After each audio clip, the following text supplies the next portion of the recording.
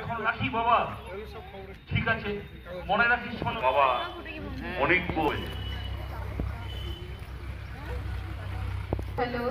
ছন্দপ্রীতি তার অনুষ্ঠান প্রস্তুত থাকবেন আবৃত্তি নিয়ে আত্মীশ বোস। শুরু করছি আমাদের নিবেদন আবৃত্তি। শতাব্দী ধরে বহু বহু সাম্রাজ্য মিলেমিশে আরবি, পার্সি, ফার্সি, উর্দু সব নিয়েও আছি। এর মাঝে 21 এক দমকা হাওয়া, উত্তাল এক সময়ের তীর, 21 আজ সম্পদ আপামর বাংলার, এই সময়ে থাকতে হবে অবিচল। 52 সেই আত্মবলিদান মিতভাষার মন্ত্রের ছন্দ নতুন করে প্রাণ ফিরে পাচ্ছে এই বাংলা।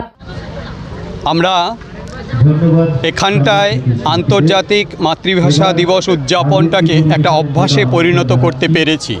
আজ আবারও এখানে দাঁড়িয়ে আছি একটা জটিল বিশ্ব পরিস্থিতির মধ্যে, এবং অবশ্যই বিশ্ব পরিস্থিতির সাথে আরও বিশেষ করে উল্লেখ আমাদের প্রতিবেশী দেশটা, যারা কিনা এই দিবসটা পালনের জন্য মূল প্রেরণা, মূল উৎস, তাদের দেশেরও এক সংকটকালীন মুহূর্তে।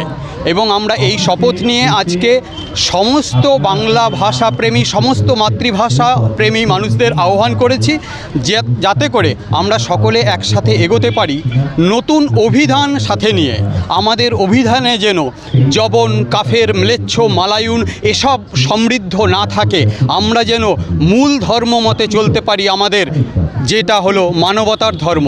সেই মানবতার ধর্ম নিয়ে, ভালোবাসার ভাষা নিয়ে আমরা যেন চলতে পারি।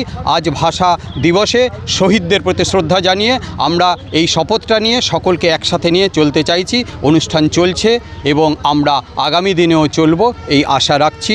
আপনাদের সকলকে ধন্যবাদ। আন্তর্জাতিক মাতৃভাষা দিবস উদযাপন সমিতি প্রতি বছরই নতুন করে আবার করে আহ্বান করা হয়।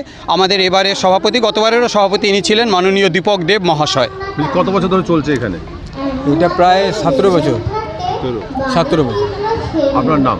আমার নাম সমীর দাস।